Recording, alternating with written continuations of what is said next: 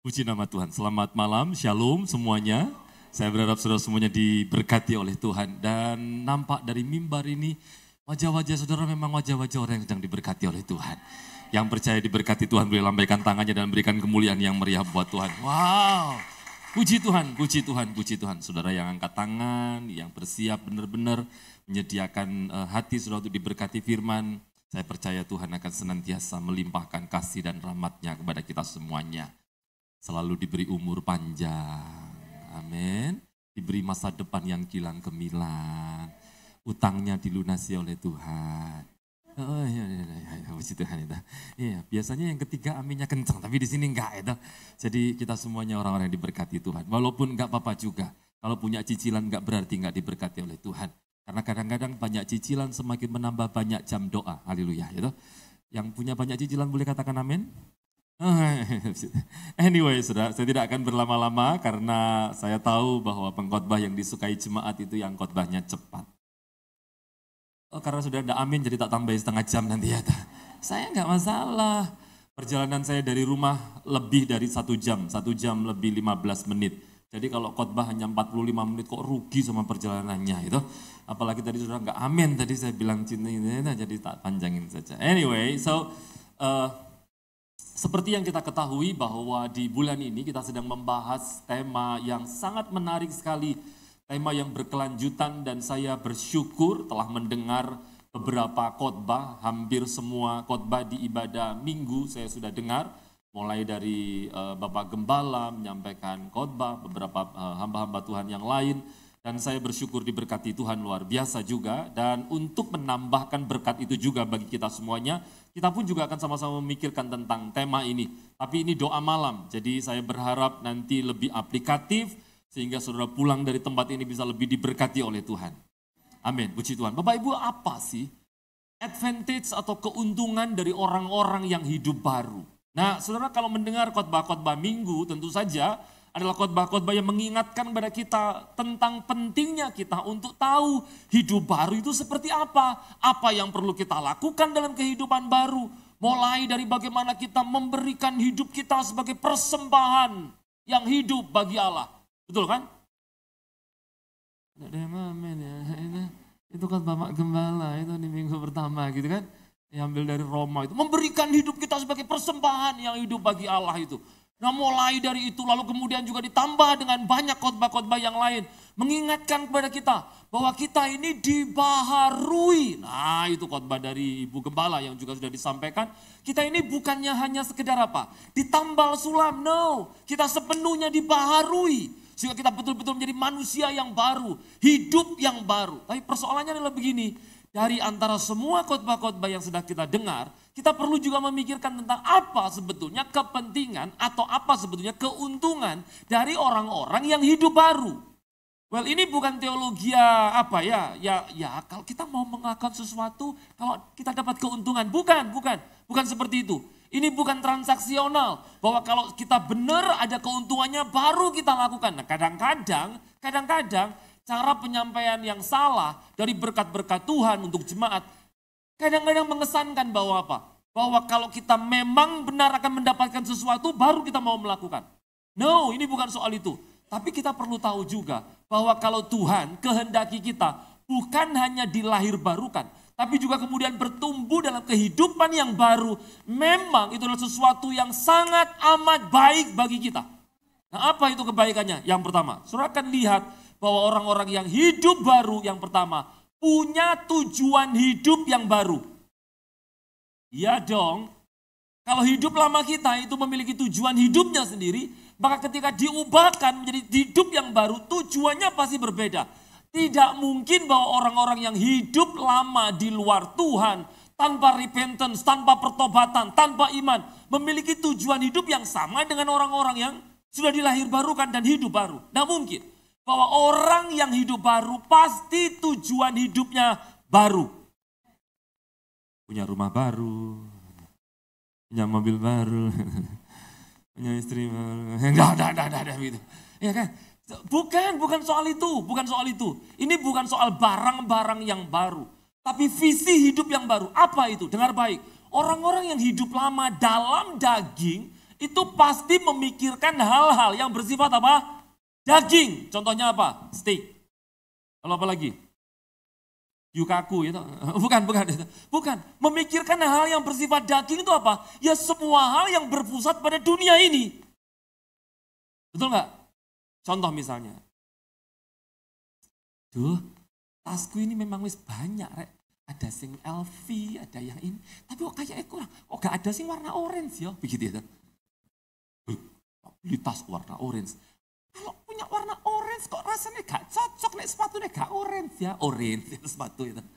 Kok rasanya gak match ya sepatu orange, tas orange. Masa bengets ini bengets. Itu. Itu lipstick, masa gak orange sekali.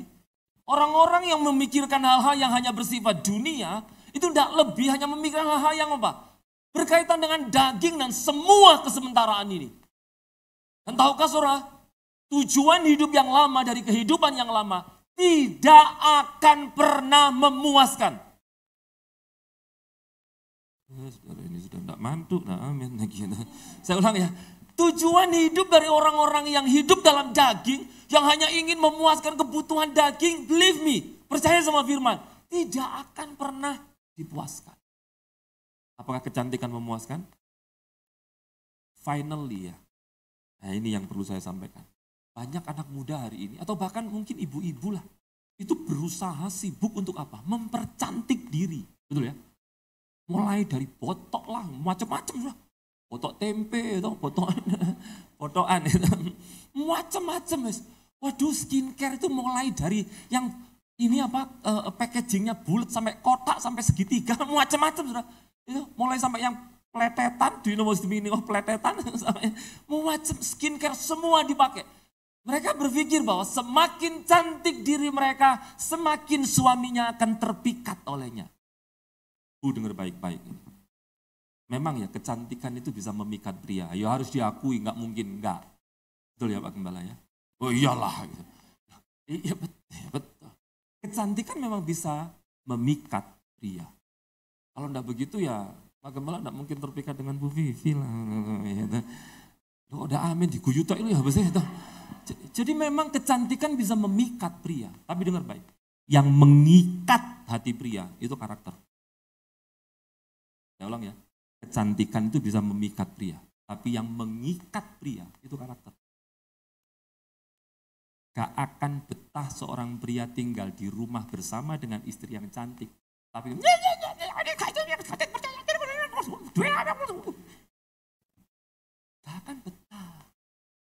gak akan betah seorang pria tinggal bersama wanita yang cantik. Tapi dikit-dikit yang diomong, saya aku suwe ya, gak bisa melaku aku gak melaku meluk aku dingin semuanya begitu. Bu lupa ya, nanti setelah ibadah, kenaikan, kan hari libur itu long weekend loh saya, langsung pokoknya hilang gitu. Nggak akan betah seorang pria walaupun cantik Pak, dengar baik-baik. Mungkin kalau istrinya ini keluar rumah, lu tetangga itu loh, sampai lali gorengan gosong lah apa. Karena apa? Delok bojom kuwi cayu nih gitu. Mungkin begitu tuh. Mungkin kalau istri sudah bawa jalan-jalan ke mall itu semua mall serasa berhenti sejenak melihat mana istri. Tapi tanya suaminya, bahagia kalau karakter istrinya seperti itu? Bapak enggak usah manduk ya Pak, jangan ya, jangan. Enggak usah gini-gini ya, enggak usah ya, cukup dipendam saja. Kok kayak khotbah kok pas teman gitu ya, enggak begitu. Tapi sama Pak, apa? Di dunia ini yang memuaskan apa? Mobil baru memuaskan. Saya dulu ya, awal-awal punya mobil, saya nabung Bapak Ibu, puji Tuhan bisa beli mobil. Saya beli mobil, enggak cemen-cemen Pak, Agia, haleluya. Jangan ketawa, itu bangganya luar biasa. Dulu kalau pelayanan, zaman dulu mana ada hamba Tuhan begini Pak. Gak ada, even bati aja belum diterima tuh di mimbar. Hamba Tuhan itu kalau khotbah itu pakai jas begitu. Nah itu kalau berangkat cuaca masih aman-aman, gak apa-apa. Saya naik motor dulu. Tapi kalau hujan, mateng. Di luar tuh dingin, dalam sumuk. You know why? Karena begini loh. Pakai kaos dalam, oke itu. Lalu kemudian kemejanya, betul ya. Baru kemudian jasnya, itu jasnya sudah dipasang Pak. Nah kalau misalnya hujan mau pakai langsung jas hujan, gak mungkin, kotor kan. Mesti pakai jaket, jadi saudara bisa lihat itu tumpuk berapa itu. Gitu. Waduh, begitu sudah punya mobil, puji Tuhan. Hujan itu, puji Tuhan, pelayanan kehujanan, haleluya. Seneng, saudara. Rasanya punya mobil, seneng. Rasanya kayak puas. Saya berhenti di perempatan, saya lupa lampu merah mana itu, lupa saya. Berhenti begini, tiba-tiba samping saya itu mobilio baru. Lu api, mobil ini dolapo kesusu beli lagi ya. Coba tak tambah itu oleh mobilio ini api. Bisa enak ini. Misalnya saya bisa beli mobilio, selesai sampai di situ? Enggak akan. Jadi dengar baik-baik, orang yang hidup lama, yang dikejar adalah semua hal yang bersifat sementara. Ini sudah katanya sudah cinta firman, nggak ada yang bilang amin. Gitu. Atau saya perlu pancing, amin, gitu baru sudah amin. Atau saya absen, amin, ada Pak, di luar gitu ya. Orang-orang yang hidup lama itu hanya mengejar semua hal yang bersifat fana ini. Tapi kalau orang hidup baru, bersyukurlah pada Tuhan, pasti kita diberi tujuan hidup yang baru, yang jauh lebih mulia. Dan pasti akan memuaskan kita bahkan dalam kehidupan di dunia ini. Yaitu apa? Pengejaran terhadap Allah.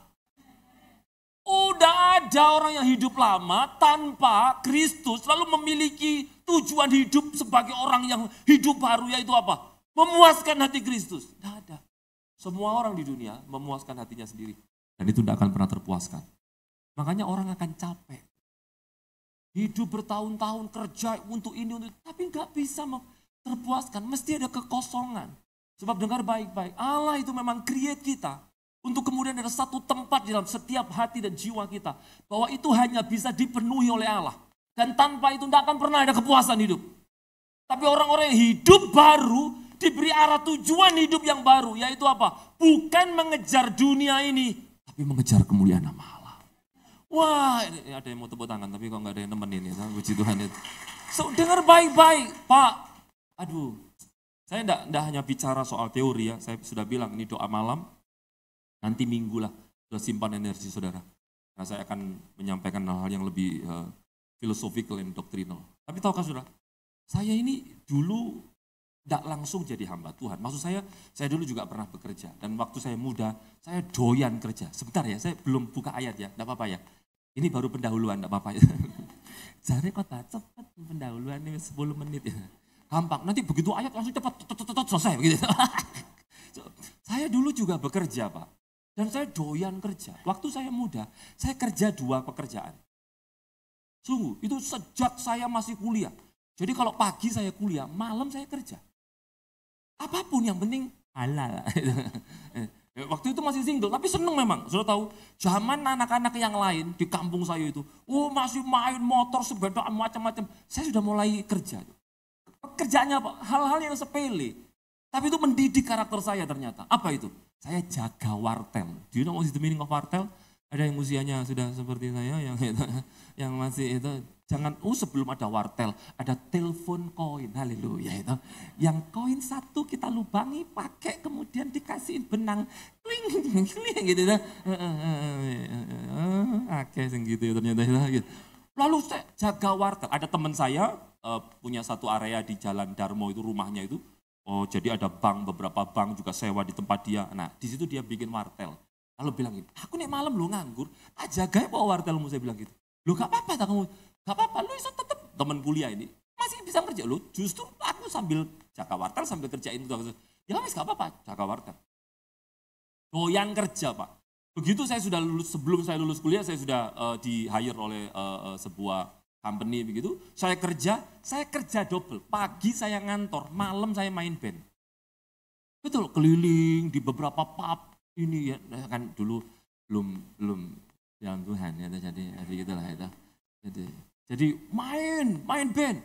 Zaman Colors itu puji Tuhan ada yang mandu, saya cuma mancing saja. Coba saya kira kelakuan itu. Misalnya itu saya keliling Pak, keliling. Jadi saya ngerti itu apa yang dikejar oleh orang dunia.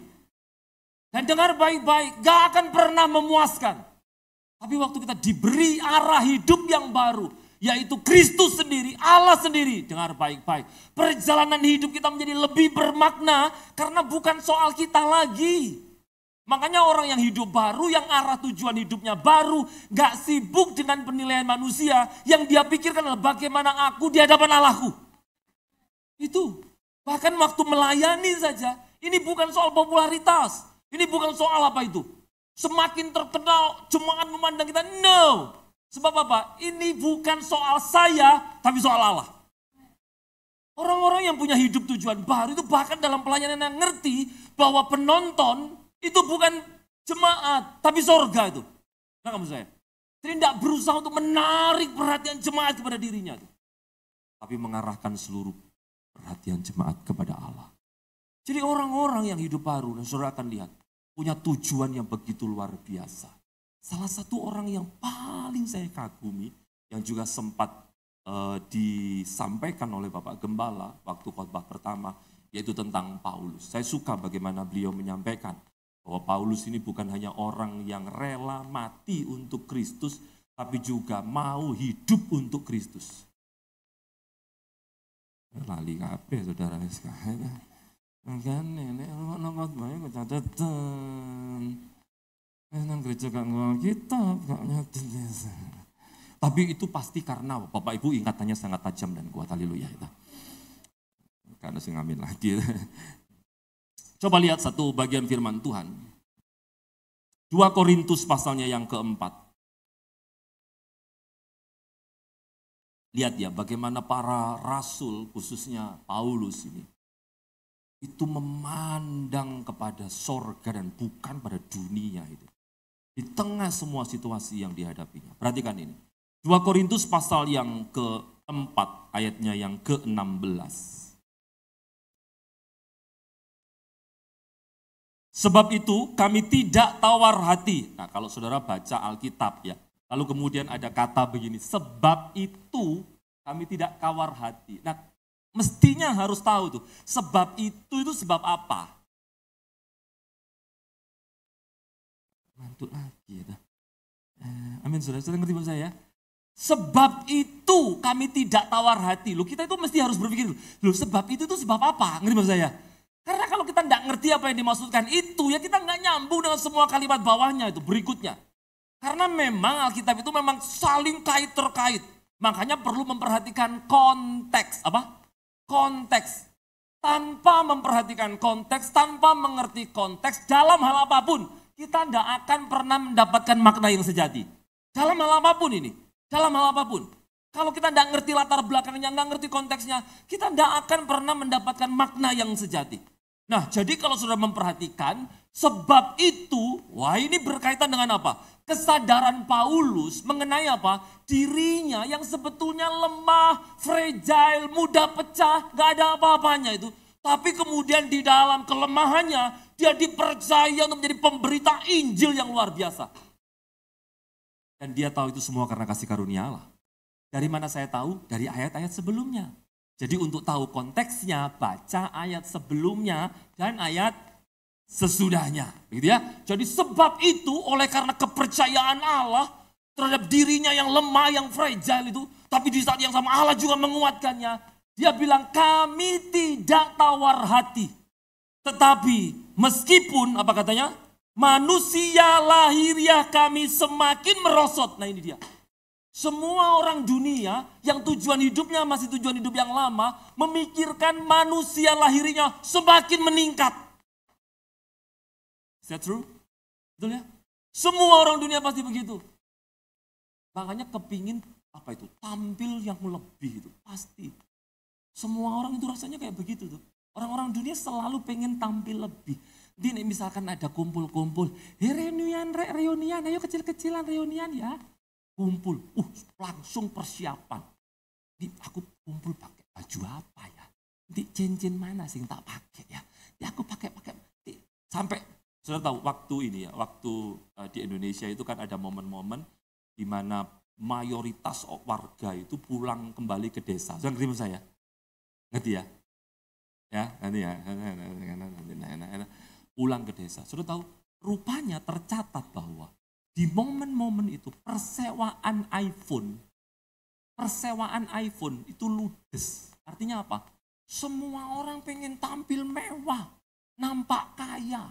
Sehingga waktu pulang ke desa, pulang ke kampung, semua pada pengen pakai apa? iPhone. Padahal makanya gak ngerti, ini apa ya gitu. Yang penting waktu telepon, halo, begitu. Kayak itu ada apel keroak itu, sudah. Memang itu merek Alkitabiah sih. Kenapa saya bilang gitu? Karena itu kan apel yang dimakan sama Adam dan Hawa kan, jadi ada kerowaknya gitu kan itu. Yang itu. Semua kepingin begitu tuh. Tapi lihat bagi orang-orang yang punya tujuan hidup baru, orang-orang yang lahir baru, mereka berkata begini tuh. Namun manusia batinnya ini, meskipun manusia lahiriah kami semakin merosot, namun manusia batinnya kami apa katanya? Dibaharui dari sehari ke sehari. So lihat baik-baik, ini bicara berarti tentang apa? Tentang proses spiritualitas kita di hadapan Tuhan. Dibaharui dari sehari ke sehari. Artinya apa? Pembaharuan bukan langsung begini, twing, langsung berubah. Yang dulu naik ke sandung, semua macam-macam keluar ya. Lalu kemudian begitu langsung lahir baru ke sandung tuh darah Yesus begitu itu. Bukan hal begitu. Saya dulu zaman kuliah teologi ya Bapak Ibu. Kami punya ibu asrama, itu orangnya sabar sekali. Rohani sekali. Oh betul. Nah, kadang-kadang kami ngantar beliau untuk belanja. Jadi bawa mobil kampus, ngantar beliau belanja keperluan-keperluan anak-anak di ini, teman-teman di mana? Di asrama. Satu kali teman saya yang bawa, orang Batak. Teman saya bawa, agak kenceng nyetirnya. Tiba-tiba kemudian ada orang kayak mau motong gitu, sehingga dia ngerem mendadak, gitu. Ibu asrama di depan, darah Yesus, Tuhan tolong, Tuhan jawab dalam nama Tuhan Yesus. Teman-teman yang lain, nimpali, Tuhan ikat, Tuhan usir, Tuhan macam-macam. Langsung salah satu teman bilang gini yang di belakang, kan panggil mama. Mama, jangan sebut darah Yesus terus, kebanyakan nanti banjir mobilnya begitu. Ngawur saudara ya. Saya mau ngomong apa tadi? Yang saya mau sampaikan ini bukan soal apa? Bukan soal satu hal yang tiba-tiba terjadi perubahan sehingga sampai-sampai suami saudara kaget. Loh ini bojoku teman apa duduk ya? Bukan. Ini adalah sebuah proses spiritualitas yang terjadi dari hari ke hari, day by day. Kita semakin dibaharui. Dan pembaharuan itu ditandai dengan apa? Dengan tujuan dan visi hidup yang memang berbeda dari sebelumnya. Amin saudara. Jadi hidup baru itu bukan soal dulu aku kalungku lihat ini gawat deh, sekarang tak ganti, akan hidup baru, salib, haleluya. Gitu. Tapi salib supaya kelihatan, itu semakin rohani salibnya gede. Gitu. Nanti sampai gede-gedean sama salib di gereja. Gitu. Jadi kalau jalan ke gereja itu gini ya bawa salibnya gitu. Apa kabotan memikul salib Kristus, haleluya itu. Bu dengar baik-baik. Orang yang lahir baru punya tujuan hidup yang tentu saja berbeda. Bukan mengarah kepada apa? Dirinya. Makanya dia bilang, Paulus bilang, walaupun manusia lahiriah kami semakin merosot, namun manusia batiniah, imannya, kebersandarannya kepada Kristus, kepercayaannya pada Kristus, pengharapannya kepada Kristus, dan semua hal itu semakin dibaharui. Jadi arah hidupnya bukan dunia, makanya matanya juga tidak memandang pada dunia. Bahkan atas segala penderitaan yang dia hadapi, dia tidak pandang itu semuanya. Coba perhatikan ya, ayat 17. Perhatikan ini. Sebab penderitaan ringan yang sekarang ini mengerjakan bagi kami kemuliaan kekal yang melebihi segala-galanya. Jauh lebih besar daripada penderitaan kami. Perhatikan ini. Sebab penderitaan ringan yang sekarang ini mengerjakan bagi kami kemuliaan kekal yang melebihi segala-galanya. Kalau saudara kepengen tahu apa yang disebutkan oleh Paulus sebagai penderitaan ringan, mari sama-sama baca di 2 Korintus pasal 11 Bapak Ibu. Saudara akan tahu, oh ternyata memang ringan kok penderitaannya Paulus itu. Lihat ini, 2 Korintus pasal 11, pantesan dia bilang begitu, memang enteng gitu. Semua orang juga bisa. Apa yang ringan ini? Perhatikan ini. Ayat yang ke-23 saya langsung bacakan. 2 Korintus 11 ayat yang ke-23. Apakah mereka pelayan Kristus? Aku berkata seperti orang gila. Aku lebih lagi.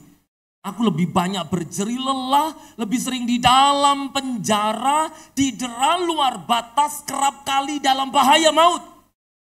5 kali aku disesah orang Yahudi. Setiap kalinya itu 40 kurang 1 pukulan. 39. Kenapa? Karena memang ada aturan Taurat untuk menyesah tidak boleh lebih dari 40 kali. Daripada melanggar kelebihan dikurangi 1 kali. Tapi ini bukan 5 kali, tapi 39 kali 5 kali. Disesah. Semacam dicambuk tapi bukan menggunakan cambuk, tapi biasanya menggunakan apa? Seperti penjalin. Do you know what's the meaning of penjalin? Apa bahasa Indonesia penjalin? Apa? Rotan. Itu. Seperti rotan begitu. Disesat. Das begitu. Dan itu tentu bukan pukulan yang ada. Karena konteksnya itu hukuman. Tuas gitu. Saya ini dulu hidup di lingkungan yang keras sekali Bapak Ibu. Keras sekali. Jadi lihat orang berantem, lihat orang tawuran. Sudah makanan sehari-hari. Nanti kalau ada suami pulang misalnya buruh proyek gitu ya. Itu kan kalau jam 12 biasanya laut, tahu ya, istirahat.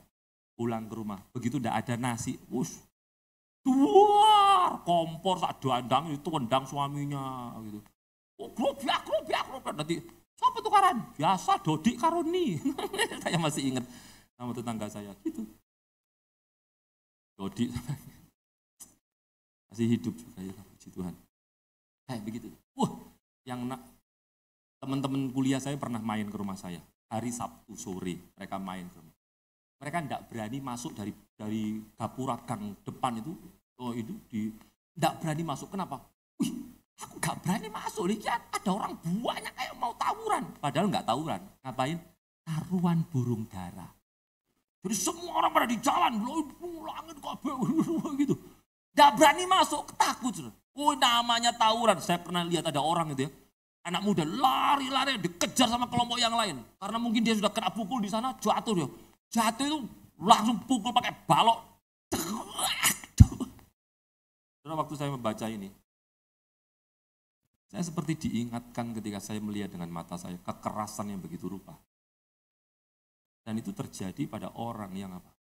Melayani Kristus. Sudah bisa bayangkan itu? Ini baru beberapa ayat ya. Tapi lihat apa yang disebut dengan penderitaan ringan. 3 kali aku didera, 1 kali aku dilempari dengan batu. Ingat baik-baik, ini sedang ngomong soal penderitaan. Jadi tidak mungkin batu yang dimasukkan batu kecil, kerikil yang aduh sopore, gitu. Enggak mungkin. Mungkin seperti dirajam kayak begitu. 3 kali aku dilempari, aku didera, 1 kali aku dilempari dengan batu, 3 kali aku mengalami karam kapal. Aduh ini orang. Di daratan dia kena apes itu. Kena masalah. Di laut dia karam kapal. Ini orang kalau bisa terbang, sambar petir kali itu atau kecantol di ini. Kayaknya hidupnya itu apa itu? Amsyong melulu tuh. Dan mungkin kalau itu terjadi pada kita mungkin berpikir, aku gak dipanggil pelayanan. Masa aku pelayanan kok sial terus. Didera luar batas, dicabuk gitu. Karam kapal 3 kali teratung-atung di tengah lautan sehari semalam. Sudah bisa lihat ini nanti. Ini Paulus ini. Baru karam kapalnya, baru dia terdampar. Pak, habis dia terombang-ambing di lautan, terdampar. Pikiran dia mau bikin anget-angetan. Sudah tahu bikin apa? Wedang jahe, haleluya. Bukan. Dia pengen bikin api unggun. Baru dia tumpuk-tumpuk mau bakar. Ular keluar, paku tangannya tuh. Wis gak kurang apa ini.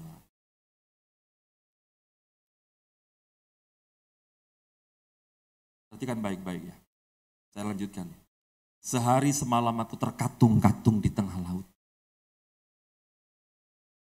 Ada yang suka ke Pasar Atum? Halo? Loh gak apa-apa, ke Pasar Atum gak dosa. Kenapa sudah gak ada? Ada yang suka ngatum, orang Surabaya bilang. Pasar Atom, halo? Gak ada ya, saudara kemana mainnya? Misalnya ya, saudara suka kemana sih? Ke mall lah. Gitu. Mau di dalam mall sehari semalam, halo? Pikir satpam aku Pak, sehari semalam. Di tempat yang kita senengin, ya. Tapi sehari semalam. Sementara dia ini, Paulus itu, terkatung-katung di laut. Sudah pernah terkatung-katung di lautan? Jangan ya, saya pernah. Lu siapa sih Pak Petra? Iya, enggak apa-apa. Dulu saya ke Bali, pelayanan ke Bali, diajak main lah. Ini loh yang apa? Ditarik sama kapal boat lalu pakai ini loh, semacam parasit itu loh, tahu ya? Parasut itu loh. Wah, naik terbang itu. Apa itu? Parasiling kan namanya? Paralayang, bukan. Parasiling kayaknya, iya. Siapa yang jawab paralayang tadi? Siapa? Enggak. Parasiling, jadi ditarik gitu, terbang itu. Sudah tahu, tiba-tiba entah kenapa ada satu simpul itu yang gitu, kayak lepas gitu. Akibatnya apa? Jadi ini saya itu, parasut saya itu kayak mengempis dan saya itu pelan-pelan turun. Lulu. Jatuh, bayur gitu. Ya puji Tuhan pakai pelampung gitu. Bayur begitu. Saya nunggu dijemput butnya, ketimpul gitu. Bahasa Surabaya dari terkatung-katung gitu. Waktu saya di tengah-tengah itu, saya memikirkan tentang Paulus. Loh, aku ini masih pakai pelampung. Diterang. Coba Paulus itu malam-malam, sehari semalam. Pikirannya apa? Engko nek ana iwak paus ya apa rek? Paus pasti mending. Nek hiu. Sikile sik gitu. Unggah sikil titik gitu. Kalau paus langsung gitu sekaruan itu enggak apa-apa. Ya enggak apa-apa, ya enggak juga sih itu. Tapi yang saya maksudkan apa? Bagaimana pikiran ini? Belum lagi soal apa keadaan kulitnya. Yang enggak ada bahasa Indonesianya tapi ada bahasa Surabayanya apa itu? Jebeber. Do you know what's the meaning of jebeber? Ayo ada yang tahu bahasa Indonesianya? Tak kasih cepet cing, saya dompetnya saya. Ada. Loh gak bawa, lu ya apa sih? Persembahannya apa nanti? Sekawat itu. Curious nanti. Ada yang tahu bahasa Indonesianya jebeber apa? Ayo. Loh ini masih dibahas apa? Ini PA soalnya jebeber, judulnya jebeber. Apa? Bahasa melepuh? Enggak lah, melepuh itu kan karena faktor panas. Kalau jebeber kan lebih karena faktor dingin ya. Ya itulah pokoknya. Bayangkan itu. Apalagi di air asin, di tengah lautan kok. Gitu loh. Oh, jadi sudah terbaik-baik ya. Waduh, ini orang kasihan banget, tapi semua penderitaan itu. Dan sudah bisa lanjutkan itu, saya tidak punya waktu untuk panjang. Tapi jelas penderitaan luar biasa. Semua penderitaan itu disebut Paulus sebagai apa? Penderitaan yang ringan. Matang. Orang kalau arah hidupnya itu sorga, dia bahkan tidak memandang terlalu besar semua masalah yang ada di dunia ini. Lebih-lebih kalau masalah itu memang ada karena kebenaran yang dihidupi. Makanya kalau orang-orang yang punya arah hidup benar itu tidak akan ngomong begini. Aku ya saja melok Yesus tambah soro aku. Aku kedal, bojoku dipewongan. Tidak akan begitu. Tidak akan begitu. Coba, aku disegap melok pelayanan lah enak. Wes, tenang. Jadi jemaat gak ngerti apa-apa. Daripada aku semakin masuk, semakin ngerti kelakuan. Wah, ini ternyata gini, ternyata aku ngerti. Orang kalau arah hidupnya benar, dia bahkan tidak memperdulikan dan tidak memandang besar tentang semua penderitaan dunia ini. Sebab matanya memandang kepada surga. Amin, saudara.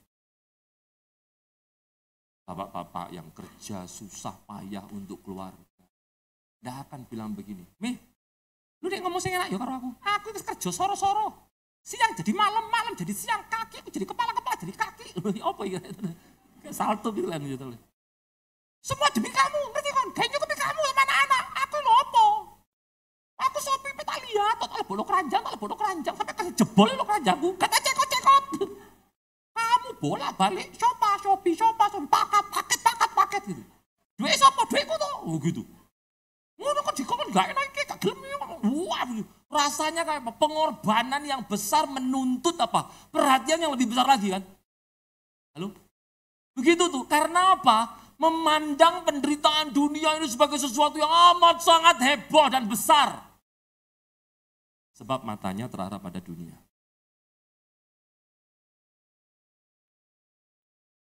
Tiba-tiba istri nangis. Sambil masak.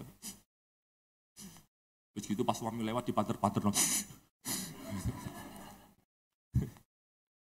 Pilek tak nangis itu. Sengaja. Terus suaminya takut. Apa lagi, Mi? Aku pagi-pagi. Kamu cek ngiler, aku keringetan. Semua nyiapin buat kamu. Gak pernah sekalipun bilang, Mi, masakanmu cek enak. Gak pernah. Gitu. Ya enggak apa-apa lah, bapak-bapak dengar baik-baik ya. Kalau saudara punya istri yang begitu, berarti puji Tuhan saudara menikah dengan wanita. Ya, puji Tuhan dulu ya. Maaf. Ini kayaknya banyak wanitanya ya, jadi saya enggak kalah jumlah nanti ya. Misalnya kayak begitu ya. Enggak ada ibu-ibu yang menuntut apa itu? Perhatian lebih karena merasa lebih menderita daripada suaminya dalam hal urusan rumah tangga. Nyuci, ya sekarang enggak ada ya, begitu dulu nyuci. Ya ampun, bojoku ya kalau ngerti, rasa-rasa sama tetangga, sambil nyuci-nyuci ini. Oh bukan saudara, kalau saudara kan masuk mesin cuci. Bojoku dulu tak keringetnya lu, nemplek kayak gini. Ya nek gajine gede gak apa-apa, aku jek kuat kalau tenaga, soalnya kan transferan lancar, ini pedit, pelit, keringetnya lengket. Aduh, padahal hal begitu itu. Belum penderitaan karena Kristus itu. Kalau sudah baca di Kisah Para Rasul pasal 21, sudah akan tercengang-cengang dengan orang ini yang namanya Paulus ini. Yang bahkan tidak memperhatikan keselamatan jiwanya. Bagi dia yang penting berita tentang Kristus diberitakan, disampaikan. Coba lihat ya, Kisah Para Rasul pasal 21. Cari cepat, buka ayat mana. Gak apa-apa lah saudara. Saudara kan rumah deket-deket kan. Saya rumah jauh aja santai. Bener saya santai. Loh saya kalau disuruh begini sampai jam 10. Tak jabanin. Betul. Kalau enggak percaya setelah ini ajak saya makan. Ajak saya ngobrol. Pasti saya ngobrol. Enggak. Ya saya harus pulang. Besok juga ada pelayanan pagi. Loh lihat ya. Kisah Para Rasul pasal 21. Perhatikan baik-baik. Kita baca saja di ayat yang ke-13. Nanti saya akan terangkan konteksnya. 21 ayat yang ke-13. Tetapi Paulus menjawab, mengapa kamu menangis dan dengan jalan demikian mau menghancurkan hatiku? Wait. Supaya kita lebih mengerti, perhatikan ya. Ini adalah kisah di mana waktu Paulus di Kaisarea, kemudian dia ingin untuk masuk ke Yerusalem. Tapi seluruh jemaat tahu bahwa kalau Paulus itu masuk ke Yerusalem, dia masuk ke kandang singa. Dia masuk ke tempat orang-orang yang memang sedang mengejar, sedang memburu dan mau membinasakan Paulus itu. Makanya jemaat di Kaisarea itu karena kasihnya kepada Paulus itu, dia meminta supaya Paulus bawa ke sana, wes tol di sini masih banyak daerah lain yang kamu bisa injili. Jangan ke sana. Sampai-sampai seorang nabi terakhir di dalam perjanjian baru namanya Agabus itu kemudian datang lalu kemudian bernubuat bahwa apa? Orang yang memiliki ini, sabuk ini dan itu adalah punya Paulus, itu akan diikat, diserahkan pada bangsa-bangsa, diadili dan menderita luar biasa. Agabus bilang begitu. Jemaat nangis sih dia. Tapi lihat ya, ayat 13. Tetapi Paulus menjawab, mengapa kamu menangis dan dengan jalan demikian mau menghancurkan hatiku? Sebab aku ini rela bukan saja untuk diikat, tetapi juga untuk mati di Yerusalem oleh karena nama Tuhan Yesus. Ini bukan drama Pak. Ini bukan skrip skenario drama. Halo? Ini kehidupan nyata. Nah, ada orang yang berpendapat agak kacau ya. Dia bilang, Paulus salah dewe, makanya dia akhirnya benar masuk ke Yerusalem. Akhirnya diikat, diserahkan, diadili dan segala macam. Dan itu menjadi jalan pada kematiannya sampai di Roma memang. Kemudian dia dibawa diadili di Roma karena dia adalah warga negara Roma. Salah dewe, wis dinubuatno. Agabus wis ngomong, intinya orang yang punya ini nak diikat. Ngono ya jek ngeyel ae. Ini salah membaca Alkitab. Agabus itu ngasih tahu bahwa nanti kamu akan begitu. Bukan melarang kamu untuk pergi ke situ. Halo? Ngerti ya? Agabus ngasih tahu nanti kamu akan begitu tuh. Bukan Roh Kudus tidak melarang Paulus untuk pergi ke situ. Tidak. Tapi justru melalui apa yang disampaikan oleh Agabus dan bagaimana sikapnya Paulus memperlihatkan bahwa orang ini betul-betul adalah orang yang hidup baru karena tujuan hidupnya baru. What about us? Ini tantangan buat kita. Bagaimana dengan kita hari ini Bapak Ibu? Apa sih yang menjadi tujuan hidup kita? Menjadi kaya? Loh gak salah, boleh. Saudara ingin kaya, boleh. Tapi kalau persoalannya kekayaan itu dikejar untuk memenuhi hawa nafsu kita, tidak akan pernah memuaskan. Menjadi cantik boleh. Menjadi ganteng, menjadi apa boleh. Tidak berarti. Menjadi sehat pun boleh. Tapi ingat baik-baik bahwa olahraga pun itu ya. Itu kata Alkitab adalah apa? Sedikit gunanya. Manfaatnya hanya untuk di dunia ini saja maksudnya. Terbatas gunanya. Hanya untuk di dunia ini saja. Jadi kalau kita hidup di dunia olahraga ya tidak apa-apa juga. Menjadi cantik tidak apa-apa juga. Menjadi rapi tidak apa-apa juga. Gak apa-apa. Saya sebelum turun mobil saya tanya sama istri saya. Saya isi dugu ya aman lah. Blast on gitu. Gak apa-apa. Tapi bukan hanya untuk itu dan menjadi kebanggaan diri. Halo? So mulai sekarang gak usah pengen tampil lebih cantik daripada yang lain. Pengen tampil lebih kelihatan lebih kaya daripada yang lain. Omong kosong itu semua karena itu adalah bentuk tujuan hidup duniawi. Yang pasti tidak atau bukan menjadi tujuan hidup orang-orang yang lahir baru. Orang-orang yang lahir baru arah tujuannya kepada Allah. Hidup di dalam Allah. Hidup mengejar Allah. Dan hidup bersama dengan Allah. Itu yang menjadi tujuan hidup. Bagaimana dengan kita? Dalam bergereja juga begitu kok. Kita tidak bergereja untuk mencari kepuasan diri loh. Tapi kita bergereja untuk apa? Perjumpaan pribadi kita dengan Allah. Orang kalau datang tujuannya untuk perjumpaan pribadi dengan Allah. Dia nggak repot dengan keadaan di gereja loh. Yang saya maksudkan begini. Ya puji Tuhan kita tadi dilayani dengan teman-teman yang luar biasa ya. Worship leadernya luar biasa, pemusik luar biasa.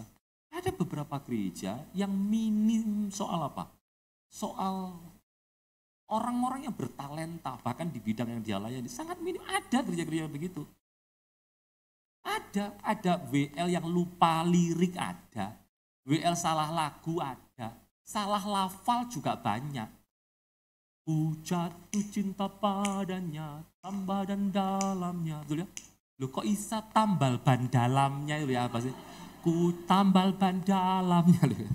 Ada yang kayak gitu.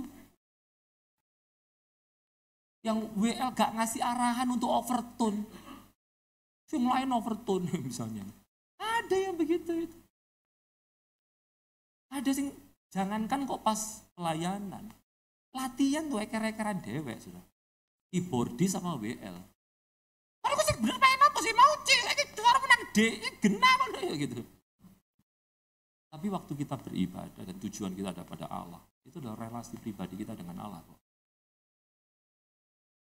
Ibadah ini memang terselenggara secara apa? Komunal ya. Tapi esensi dari ibadah yang komunal adalah relasi personal dengan Allah loh. Makanya kalau jemaat tidak datang dengan tujuan berrelasi personal dengan Allah, mesti gak ada gereja yang cocok buat orang ini. Karena apa? Fokusnya bukan relasi personal. Nanti ono aja dicacat. Kak pendeta ini, asyri.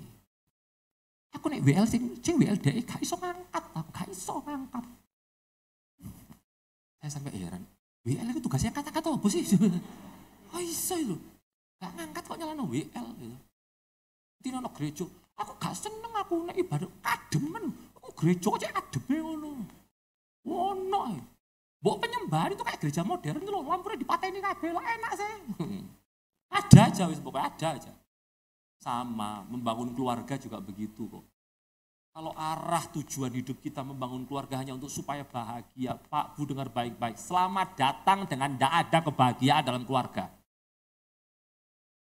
Karena menikah itu tujuannya bukan bahagia. Kalau pernikahan tujuannya bahagia, nanti begitu tidak bahagia. Gak nikah-nikahan sama lu, gak popo lo kok aku kok. Gitu tuh. Halo? Tapi kalau pernikahan tujuannya sama-sama memuliakan Allah. Ada duit, gak ada duit.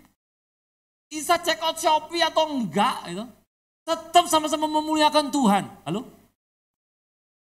Satu kali dalam pelayanan kami, saya dan istri sama anak-anak nyanyi lagu Gandol Gusti, Gandol Gusti, Gandol Gusti.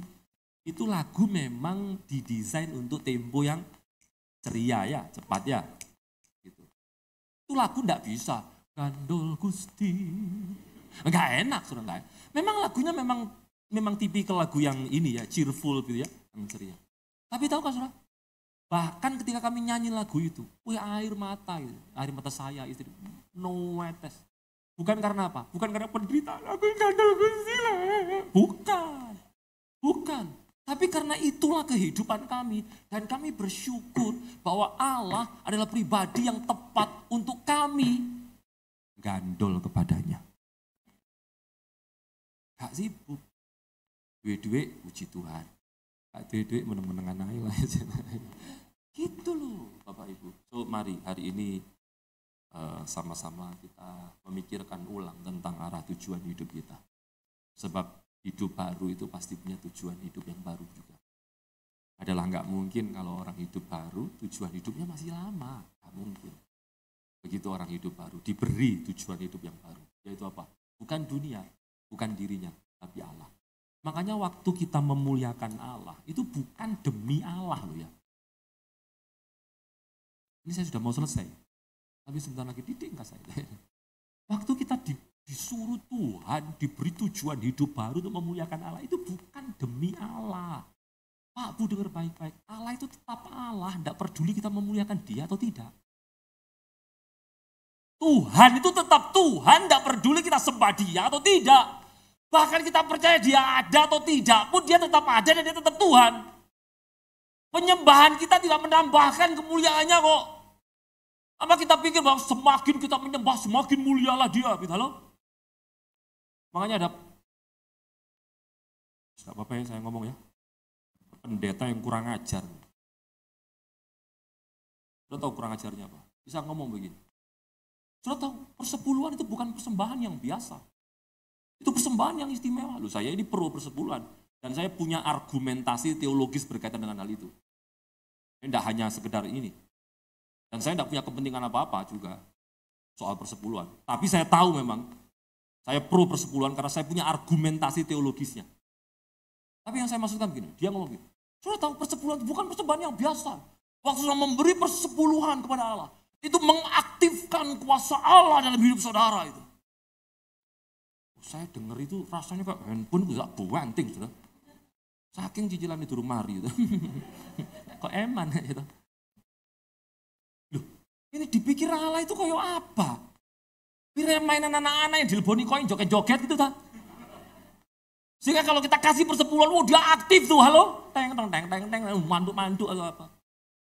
Kurang ajar luar biasa. Loh, kalau saya marah begini, ini marah rohani. Dan harusnya justru aneh. Kalau kita enggak perlu bersikap terhadap pengajaran-pengajaran yang kacau balau. Lalu kita pikir, gak apa-apa, kan kita orang yang mengasihi. Mengasihi manusia enggak boleh lebih besar daripada mengasihi Allah loh, halo? Gitu loh. Tapi dengar baik-baik, waktu kita enggak nyembah dia pun dia tetap Allah kok. Tapi waktu kita disuruh menyembah dia, itu demi kita. Sudah tahu kenapa? Karena kalau kita tidak sembah dia, kita sembah dunia ini atau kita sembah diri kita sendiri. Dan endingnya jelas. Membusuk selama-lamanya di neraka. Tapi waktu kita datang menyembah dia, mengejar dia, menjadikan dia sebagai tujuan hidup kita.